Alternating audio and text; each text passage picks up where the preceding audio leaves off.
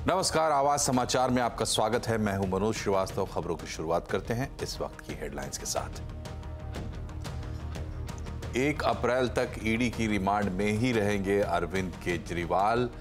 Rouse Avenue court में नहीं दी राहत, केजरीवाल ने खुद को बताया बेगुनाह। दूसरों को डराना धमकाना कांग्रेस की संस्कृति, चीफ जस्टिस को देश के 600 वकीलों की चिट्ठी पर पीएम मोदी की प्रतिक्रिया, कहा कांग्रेस राष्ट्र के प्रति प्रतिबद्ध नहीं। फिर से गोविंदा की राजनीति में एंट्री, शिंदे की शिवसेना में शामिल हुए। मुंबई नॉर्थ वेस्ट से लड़ सकते हैं चुनाव। इंडिया ब्लॉक में सीट शेयरिंग पर संग्राम, महाराष्ट्र में उद्धव गुट के एक तरफा ऐलान से शरद पवार नाराज। इधर बिहार में आरजेडी कांग्रेस में सुलह की खबरें। FY24 के आखिरी सत्र में बाजार में दिखा जोश, सेंसेक्स निफ्टी बढ़त पर बंद, बीएसई के सभी सेक्टर इंडेक्स चढ़े। मिड कैप में खरीदारी, मेटल, इंफ्रा, एफएमसीजी इंडेक्स बढ़त पर बंद। वित्त वर्ष 2024 रहा मिड कैप स्मॉल कैप के नाम, निवेशकों को मिले 70% तक धमाकेदार रिटर्न। रियल्टी, पीएसयू और पावर शेयरों में डबल हुआ पैसा। सेंसेक्स निफ्टी ने कराई 25% की कमाई। शराब घोटाले में गिरफ्तार अरविंद केजरीवाल को आज भी कोर्ट से कोई राहत नहीं मिली। राउज एवेन्यू कोर्ट ने 1 अप्रैल तक के लिए रिमांड बढ़ा दी है। वहीं केजरीवाल ने कोर्ट में आज खुद दलीलें रखी और खुद को बेगुनाह बताया। डिटेल्स लेते हैं असीम मनचंदा से। बताया असीम, आज कोर्ट में क्या क्या हुआ? शराब घोटाले में आरोपी दिल्ली के मुख्यमंत्री अरविंद केजरीवाल को ईडी ने 21 मार्च को गिरफ्तार कर लिया था। 22 मार्च को उनकी ईडी कोर्ट के सामने पेशी हुई थी। कोर्ट ने उनको 7 दिन के रिमांड पर भेज दिया था। आज उनका रिमांड खत्म हो रहा था, उन्हें दोबारा कोर्ट के सामने पेश किया गया। सबसे पहले ईडी ने अपनी दलील रखी। ईडी ने कहा कि ये जांच में सहयोग नहीं कर रहे हैं। इतना ही नहीं, हमने गोवा से कई गवाहों को भी बुलाया है, उनको आमने सामने बिठा करके इनसे पूछताछ करनी है। ऐसे में हमें 7 दिन का रिमांड और चाहिए होगा। इधर अरविंद केजरीवाल ने खुद खुद कोर्ट के सामने अपना पक्ष रखा। उन्होंने कहा कि ईडी के पास उनके खिलाफ कोई भी पुख्ता सबूत नहीं है। ईडी उन्हें जानबूझकर फंसाने की कोशिश कर रहा है। ईडी मनी ट्रेल की बात कर रहा है, लेकिन उन्हें कोई भी मनी ट्रेल यहाँ पर नहीं मिला है। एक ऐसी आप भ्रष्टाचारी पार्टी है, ऐसी इमेज देश के सामने बनाने की कोशिश की जा रही है। उन्होंने कहा कि मुझे कोई भी आपत्ति नहीं है, ईडी चाहे कितने दिन की मुझसे रिमांड हम पर ले जांच करे, लेकिन सिर्फ 4 गवाहों के बयान के ऊपर एक सिटिंग सीएम को गिरफ्तार कर लिया। इसके बाद कोर्ट ने उनको 4 दिन के रिमांड के ऊपर भेज दिया। अब 1 अप्रैल को 11:30 बजे दोबारा उनकी कोर्ट के अंदर पेशी होगी। शुक्रिया असीम। वहीं कोर्ट में पेशी के वक्त अरविंद केजरीवाल ने मीडिया से कहा कि वो बेगुनाह हैं और उनके खिलाफ कोई सबूत नहीं है। सरकार जो है वो जेल से नहीं चलेगी। What would you like to say on this? LG कह रहे हैं सरकार जेल से नहीं चलेगी। ये पॉलिटिकल षड्यंत्र है, जनता इसका जवाब देगी। अरविंद केजरीवाल की पत्नी सुनीता केजरीवाल ने कहा है कि दिल्ली के सीएम को परेशान किया जा रहा है। सीएम को बहुत तंग किया जा रहा है, बहुत परेशान किया जा रहा है, जनता जवाब देगी। लेकिन आज मुख्यमंत्री ने खुद भी कोर्ट में कहा तबीयत कैसी है? उनकी तबीयत अभी ठीक नहीं है। आम आदमी पार्टी के नेता और मंत्री गोपाल राय ने कहा कि गिरफ्तारी राजनीतिक कारणों से हुई है और ईडी के पास कोई सबूत नहीं है। देखिए, जिस तरह से सीएम को गिरफ्तार किया गया है, ईडी के पास कोई सबूत नहीं है। आज खुद सीएम सर ने कोर्ट के सामने अपनी बात रखी है। इतनी लंबी चौड़ी ईडी की जितनी चार्जशीटें दाखिल हुई हैं, उनमें से केवल 4 जगह पे उनका नाम है और उसमें भी कोई सबूत नहीं है। तो आज मुख्यमंत्री जी ने सारी सच्चाई अदालत के सामने रखी है और मुझे लगता है कि इस पर अदालत विचार करेगी। अरविंद केजरीवाल को मुख्यमंत्री पद से हटाने के लिए दिल्ली हाईकोर्ट में दायर याचिका खारिज हो गई है। आप नेता सौरभ भारद्वाज ने कहा कि कानून में कहीं नहीं लिखा हुआ है कि जेल से सरकार नहीं चलाई जा सकती। क्योंकि मुख्यमंत्री हिरासत में हैं, लिहाजा किसी और को या तो मुख्यमंत्री बनाया जाए या राष्ट्रपति शासन लगाया जाए, या लिहाजा जो भी भारतीय जनता पार्टी के प्रवक्ता रोज टीवी पे कहते हैं, वो सारी दलीलें उस पिटीशन के अंदर हाई कोर्ट के सामने रखी गई। हाई कोर्ट ने कहा कि आप मुझे संविधान के अंदर वो आर्टिकल दिखाइए, कानून की वो धारा दिखाइए जो ये कहती हो कि मुख्यमंत्री अगर हिरासत में हो तो वो मुख्यमंत्री नहीं रह सकते। ये बात हाईकोर्ट ने उनसे कई बार पूछी। वो और भारतीय जनता पार्टी के जो टीवी विशेषज्ञ हैं, उनमें से कोई आदमी ऐसी धारा कोर्ट को नहीं बता सका। अगर आज भी बता सकता है तो वो ट्वीट कर दें।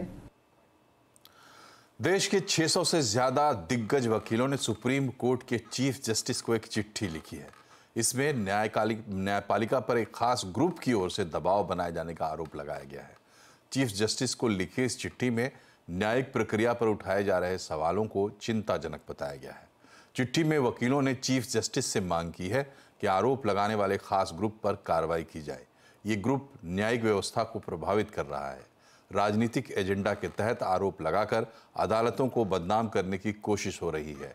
वकीलों ने इस हथकंडे को लोकतांत्रिक ढांचे के लिए खतरा बताया है। वहीं प्रधानमंत्री नरेंद्र मोदी ने वकीलों के पत्र पर प्रतिक्रिया देते हुए कांग्रेस पर हमला किया है। प्रधानमंत्री ने एक्स पर पोस्ट किया है कि दूसरों को डराना धमकाना कांग्रेस की पुरानी संस्कृति है। 5 दशक पहले उन्होंने प्रतिबद्ध न्यायपालिका की मांग की थी। वे बेशर्मी से अपने स्वार्थों के लिए दूसरों से प्रतिबद्धता चाहते हैं, लेकिन राष्ट्र के प्रति किसी भी प्रतिबद्धता से बचते हैं। कोई आश्चर्य नहीं कि 140 करोड़ भारतीय उन्हें अस्वीकार कर रहे हैं। और अब बात करते हैं बाजार की। फाइनेंशियल ईयर 2024 का आखिरी दिन था और बाजार ने शानदार विदाई दी है। सेंसेक्स और निफ्टी जोरदार बढ़त पर बंद हुए। सेंसेक्स 655 अंक और निफ्टी 203 अंक चढ़कर बंद हुआ है। आज सबसे ज़्यादा खरीदारी पीएससी, फार्मा, ऑटो शेयरों में रही। मेटल, इंफ्रा, एफएमसीजी इंडेक्स बढ़त पर बंद हुए हैं। और बाजार का हाल लेते हैं सुमित मेहरोत्रा से। बताएं सुमित, आज क्या बड़ी बातें रही बाजार की? देखिए, आज भारतीय बाजारों में वैसे तो अच्छी शुरुआत थी और शुरुआत के साथ मार्केट्स होल्ड भी अच्छा कर रहा था, लेकिन लास्ट तक आते आते मार्केट्स के अंदर थोड़ी सी हायर लेवल से प्रॉफिट टेकिंग देखने को मिली। लेकिन ओवरऑल एक बढ़िया तेजी मार्केट के अंदर बरकरार रही और उस तेजी के अंदर चौतरफा खरीदारी थी। FY24 का लास्ट सेशन मार्केट बढ़त के साथ बंद हुआ। मिड कैप में खरीदारी थी, स्मॉल कैप में खरीदारी थी और साथ ही साथ एक अच्छा अपमूव आज ऑटो स्पेस में था, NBFC स्पेस में था, PSU बैंकिंग स्पेस में था, जहां पर बढ़िया खरीदारी बनते हुए दिखाई पड़ी और BSE के सभी सेक्टर हरे निशान में बढ़त के साथ बंद होते हुए दिखाई पड़े। तो ओवरऑल एक बढ़िया सेशन जहां पर ब्रॉडर बेस मार्केट्स में खरीदारी थी और फ्रंट लाइन इंडेक्स भी काफी बेहतरीन तरीके से परफॉर्म करता हुआ दिखाई पड़ा। तो ये बताइए कि आज के अच्छे बाजार में कहां सबसे ज्यादा गेन हुआ?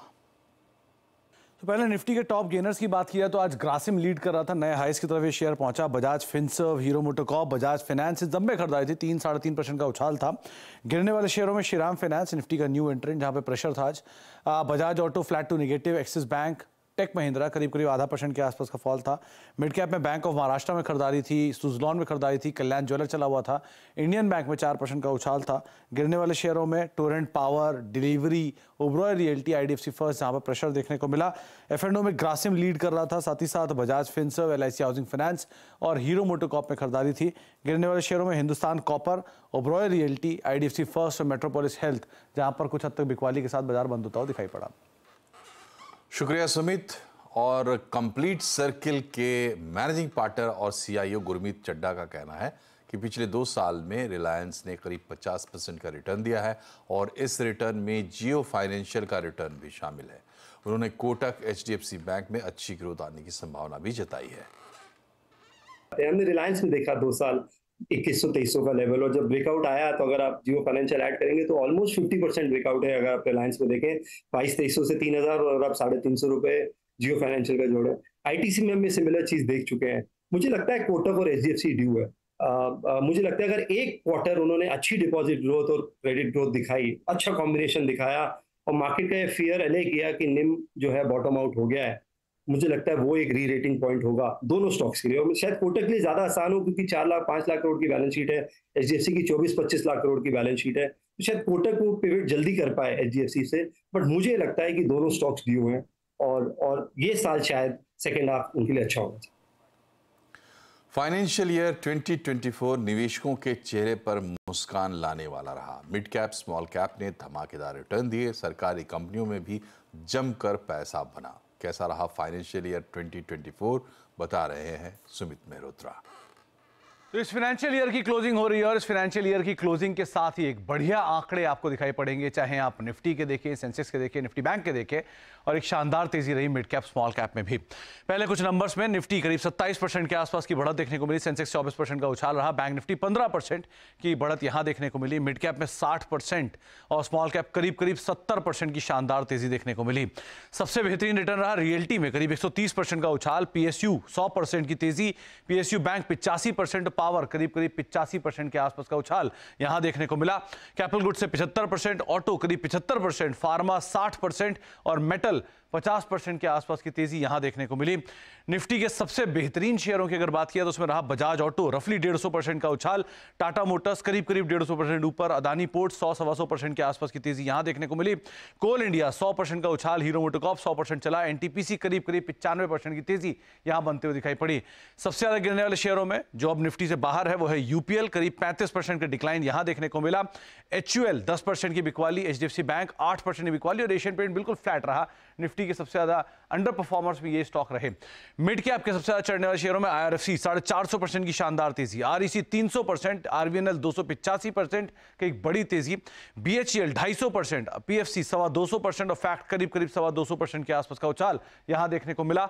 स्मॉल कैप में BSC 500% की बढ़िया तेजी, सुजलॉन 450%, हुडको 350% की एक बढ़िया उछाल यहां देखने को मिला। मैंगलोर रिफाइनरी 330%, कोचिन शिपयार्ड 325% और SJVN 300% के आसपास का उछाल यहां आता हुआ दिखाई पड़ा। इस फाइनेंशियल ईयर के कुछ बढ़िया IPOs में सबसे ऊपर नाम रहा आयरेडा का, 325% की तेजी इसमें देखने को मिली। सिग्नेचर ग्लोबल 245%, नेटवेब करीब 225%, मोती सन्स इशू प्राइस से 200% के आसपास का उछाल और साइन DLM 165% की तेजी यहां देखने को मिली। कुछ और नामों में आजाद इंजीनियरिंग 150% की तेजी, सेंको गोल्ड करीब 150% चला, ज्योति CNC 150% का उछाल, BLS ई सर्विसेज 125% की तेजी और मैनकाइंड फार्मा करीब 115% के आसपास का उछाल इस IPO में आता हुआ दिखाई पड़ा। तो ये बाजार इस फाइनेंशियल ईयर के लिए यहां से देखा जाए तो एक बढ़िया वित्तीय वर्ष साबित होता हुआ दिखाई पड़ा। और बाजार में गिरावट का मार्च खत्म हो गया, बाजार ने FY24 को भी अलविदा कह दिया। क्या नए वित्त वर्ष में निवेशकों की होगी धमाकेदार कमाई? कब, कैसे, कहां? आज आवाज अड्डा में इसी पर होगी बड़ी चर्चा शाम 7:57 पर। 1 अप्रैल को ऑटो नंबर्स आएंगे। मार्च में ऑटो बिक्री के आंकड़े कैसे रह सकते हैं, इसका अनुमान जानने के लिए बात करते हैं यतिन मोता से। बताएं यतिन। तो मार्च ऑटो सेल्स की बात करें तो ये महीना काफ़ी सेटिस्फैक्टरी रहेगा ऑटो सेक्टर के लिए, खास करके 4 व्हीलर प्लेयर्स यानी कार के प्लेयर्स के लिए यहाँ अच्छी ग्रोथ का अनुमान आता हुआ दिखाई पड़ सकता है। हालांकि क्योंकि हम इलेक्शन के नज़दीक हैं और टिपिकली एक फिनोमिनन होता है कि कमर्शियल व्हीकल्स और ट्रैक्टर सेल्स पे थोड़ा असर होता है इसका चुनावों का, तो कहीं ना कहीं यहाँ आपको एक डिक्लाइन आता हुआ दिखाई देगा। हालांकि एक्सपोर्ट पिकअप के कारण आपको 2 व्हीलर प्लेयर्स के नंबर्स अच्छे आते हुए दिखाई देंगे और पिछले साल का बेस भी छोटा है जिसके कारण आपको 2 व्हीलर सेल्स बढ़िया आती हुई नजर पड़ेगी। चलिए शुरू करते हैं कमर्शियल व्हीकल के साथ, जहां अशोक लेलैंड और टाटा मोटर्स दोनों के ही कमर्शियल व्हीकल सेल्स में डिक्लाइन का अनुमान है। इनफैक्ट अगर आप देख लें अशोक लेलैंड तो आपकी स्क्रीन पे दिखाई पड़ेगा 12% का डिक्लाइन मार्च महीने में एक्सपेक्टेड है सेल्स में। टाटा मोटर्स क्योंकि कमर्शियल व्हीकल सेल्स और पैसेंजर व्हीकल सेल्स मिला के आते हैं तो एक 4% की ग्रोथ रहेगी, लेकिन पैसेंजर व्हीकल ग्रोथ जो आपको दिखाई पड़ रही है उसके कारण ओवरऑल नंबर कॉम्पनसेट होता हुआ दिखाई पड़ रहा है। मारुति और Mahindra and Mahindra auto segment की बात करें तो ये दोनों कंपनीज ऑटो सेक्टर के सेल्स को लीड करेंगी। अगर हम मारुति की बात करें तो कुल बिक्री लगभग 11-12% बढ़ने का अनुमान है ब्रोकरेज के हिसाब से, और Mahindra and Mahindra automotive segment क्योंकि नए नए लॉन्चेस बहुत बढ़िया कर रहे हैं मार्केट में, 16 से 17% आप एक्सपेक्ट कर सकते हैं ग्रोथ यहाँ साल दर साल बेसिस पे। हालांकि एक पेन पॉइंट महिंद्रा के लिए ट्रैक्टर सेगमेंट रहेगा क्योंकि ट्रैक्टर सेगमेंट में पिछले साल का बेस भी बहुत बड़ा है और उसके कारण लगभग 16% का डिक्लाइन आपको आता हुआ नजर पड़ सकता है सीजनैलिटी की वजह से ट्रैक्टर सेल्स में। जहां तक कि 2 व्हीलर प्लेयर्स का सवाल है, बजाज ऑटो अच्छा सेल्स यहाँ हो सकता है। अगर हम बजाज ऑटो की बात करें तो लगभग 18-20% की ग्रोथ अनुमानित है।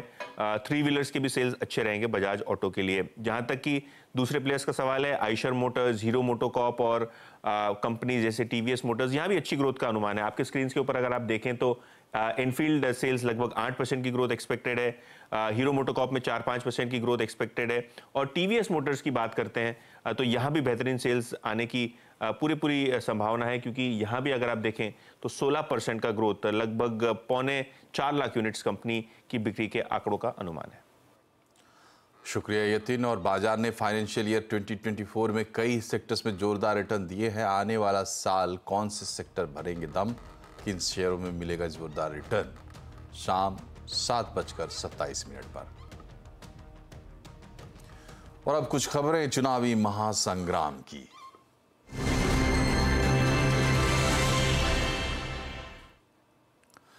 एक्टर गोविंदा एक बार फिर से राजनीति के मैदान में। इस बार वो लोकसभा चुनाव लड़ सकते हैं। आज उन्होंने महाराष्ट्र के सीएम एकनाथ शिंदे से मुलाकात की। इसके बाद सीएम शिंदे ने उन्हें पार्टी की सदस्यता दिलाई। शिंदे की पार्टी गोविंदा को Mumbai north west Lok Sabha seat से चुनाव लड़वा सकती है। इस सीट से उद्धव ठाकरे शिवसेना गुट के तरफ से अमोल कीर्तिकर उम्मीदवार है। गोविंदा पहले भी राजनीति में रहे हैं और कांग्रेस के टिकट पर चुनाव लड़ चुके हैं। गोविंदा ने एकनाथ शिंदे को धन्यवाद दिया और कहा कि राम राज्य के लिए वो अपनी आवाज उठाते रहेंगे। वो जो सपना हम देखा करते थे, मुझे ऐसा लगा कि आदरणीय एकनाथ जी के साथ हम लोग वो पूरा कर सकते हैं। वो सपना साकार हो सकता है और जो फिल्म सिटी है वो विश्व में, वर्ल्ड की जो मॉडर्न सिटी है वो ऐसी तैयार हो सकती है। मैं वो शुभेच्छा करता हूं कि जो माया नगरी से हम लोग जुड़े हैं और जो आगे निकले हैं और पूरी दुनिया में इज्जत मिली है, उसके साथ हम ईमानदारी से पेश आए, ये ईश्वर से प्रार्थना है। लोकसभा चुनाव के दूसरे चरण में 12 राज्यों की 86 सीटों के लिए नामांकन दाखिल करने की प्रक्रिया शुरू हो गई है। दूसरे चरण के लिए 4 अप्रैल तक नामांकन पत्र दाखिल किए जाएंगे, जबकि मतदान 26 अप्रैल को होगा। दूसरे चरण में असम, बिहार, छत्तीसगढ़, कर्नाटक, केरल, मध्य प्रदेश, महाराष्ट्र, राजस्थान और उत्तर प्रदेश की कुल 88 सीटों पर मतदान होगा। आज बीजेपी उम्मीदवार कैलाश चौधरी ने बाड़मेर से नामांकन पत्र दाखिल किया। नामांकन करने से पहले उन्होंने चुनावी रैली को संबोधित किया। वहीं जेडीएस के प्रज्वल रेवन्ना ने हासन से नामांकन पत्र दाखिल किया। महाराष्ट्र के अमरावती से निर्दलीय सांसद नवनीत राणा बीजेपी में शामिल हो गई हैं। बीजेपी ने उन्हें अमरावती से टिकट भी दे दिया है। नवनीत 4 अप्रैल को नामांकन भरेंगी। फिलहाल इसी सीट से वो निर्दलीय सांसद हैं। 2019 में उन्हें इंडिपेंडेंट सांसद के तौर पर चुनाव वो लड़ी थी। एनसीपी और कांग्रेस ने भी नवनीत राणा को समर्थन दिया था, लेकिन बाद में राणा बीजेपी का सपोर्ट करने लगी। बीजेपी में शामिल होने के बाद नवनीत राणा ने कहा कि उनकी विचारधारा कभी भी बीजेपी से अलग नहीं थी। वो कई साल से प्रधानमंत्री नरेंद्र मोदी के विचारों के मुताबिक काम कर रही हैं। मुझे लगता है मैंने पिछले 5 वर्षों से एज ए एनडीए की एक घटक करके अमित शाह जी, हमारे नरेंद्र मोदी जी, देवेंद्र फडणवीस जी, नड्डा साहब और बावनकुळे साहब, हमारे जो नेता जिनको बोला है, उनके ही विचारों पे मैं पिछले 12-13 वर्षों से काम कर रही हूँ। और जिनको नेता माना और उनके आगे मुझे नहीं लगता है कार्यकर्ता कोई जाता है। और नेताओं ने कल फैसला करके मेरी उम्मीदवारी अमरावती से जाहिर की, तो उनके लिए उनका दिल से मैंने धन्यवाद दिया। बिहार में कांग्रेस और आरजेडी के बीच सीट शेयरिंग पर फंसा पेच आखिरकार सुलझ गया। हमें सूत्रों से जानकारी मिली है कि कांग्रेस और आरजेडी में सहमति बन गई है। आरजेडी बिहार में कांग्रेस को 8-9 सीटें देने को तैयार है। हालांकि इसमें पूर्णिया शामिल नहीं है। इसे लेकर दोनों पार्टियों के बीच खींचतान चल रही है। पूर्व सांसद पप्पू यादव कांग्रेस से पूर्णिया सीट के लिए टिकट मांग रहे थे, लेकिन जेडीयू छोड़कर आरजेडी में आई विधायक बीमा भारती को आरजेडी ने सपोर्ट कर दिया है। हालांकि अभी औपचारिक ऐलान नहीं हुआ है। कांग्रेस प्रवक्ता सुप्रिया श्रीनेत पर कंगना विवाद भारी पड़ गया है। पार्टी ने उन्हें महाराजगंज से टिकट नहीं दिया। श्रीनेत ने 2019 में महाराजगंज से चुनाव लड़ा था, लेकिन वो बीजेपी के पंकज चौधरी से चुनाव हार गई थी। दरअसल कंगना पर एक विवादित पोस्ट को लेकर पार्टी ने भी सुप्रिया पर सख्ती दिखाई। इसके अलावा चुनाव आयोग ने भी उन्हें नोटिस जारी किया है। इस पूरे मामले में सुप्रिया सफाई भी दे चुकी हैं। वो कह चुकी हैं कि किसी और ने उनका अकाउंट से इस तरह की घटिया बात की थी।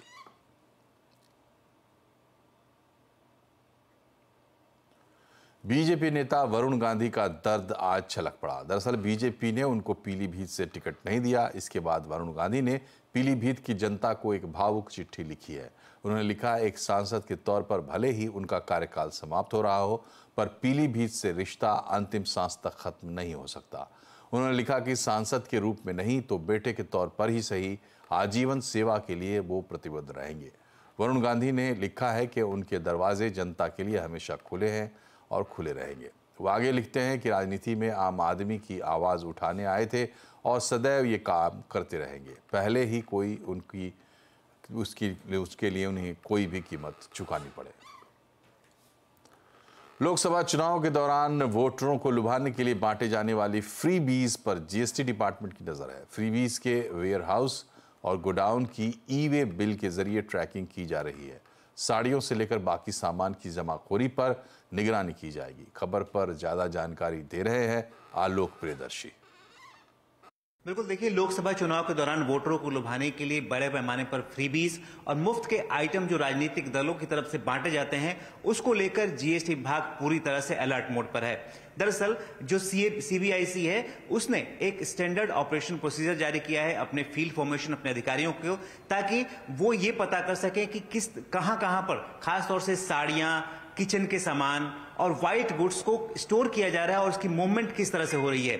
ई-वे बिल के जरिए इसके मूवमेंट को ट्रैक किया जा रहा है और गोडाउन या वेयरहाउस में जहां पर इन सामान का स्टॉक किया जा रहा है, उस पर भी जीएसटी विभाग के अधिकारी लगातार नजर बनाकर रखे हुए हैं। अगर उन्हें पता चलता है जांच में कि ये किसी खास राजनीतिक पार्टी या उससे जुड़े हुए किसी संगठन का है, तो ऐसे में वो ये जानकारी चुनाव आयोग को देंगे, ताकि चुनाव आयोग मॉडल कोड ऑफ कंडक्ट के तहत इस पर कार्रवाई कर सके।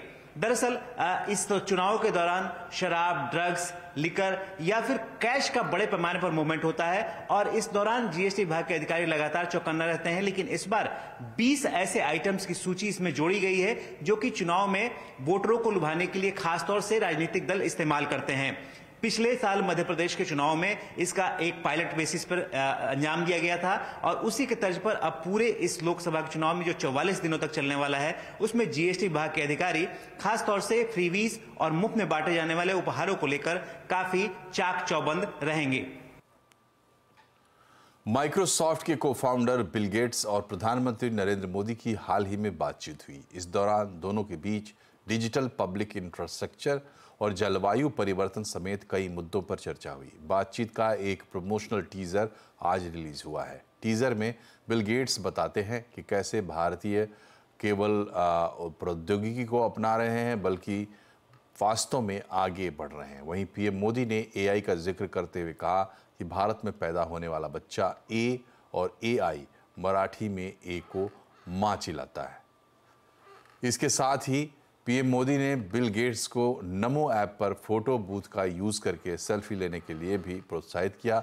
इसके अलावा पीएम मोदी ड्रोन दीदी की भी उन्होंने चर्चा की। पैदा होता है तो आई भी बोलता है, एआई भी बोलता है। I am using my NaMo app, ये मेरा फोटो बूथ है। अब आप सेल्फी ले लीजिए इस पर। Wow.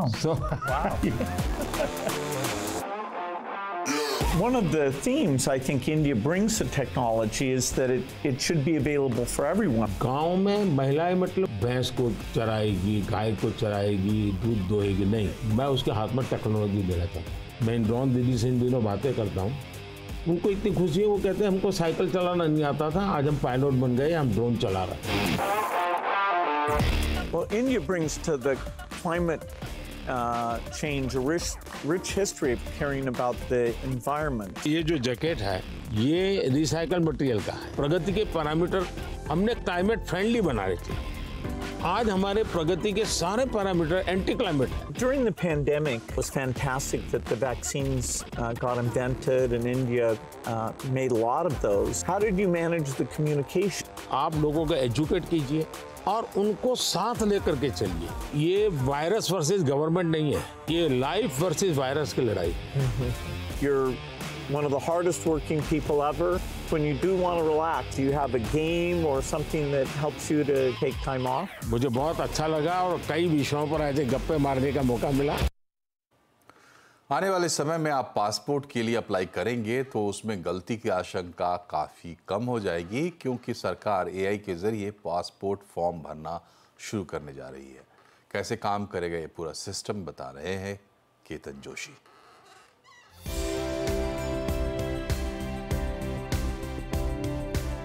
पासपोर्ट बनाने के लिए लंबी लंबी लाइन और फॉर्म में छोटी सी भूल हुई तो दोबारा वही लाइन। आज हजारों लोग पासपोर्ट फॉर्म भरने में हो रही भूल के चलते परेशान हो रहे हैं। मैं यहाँ पर नया पासपोर्ट निकालने के लिए आया हूँ, मेरे बेटे की बहू के लिए, बराबर।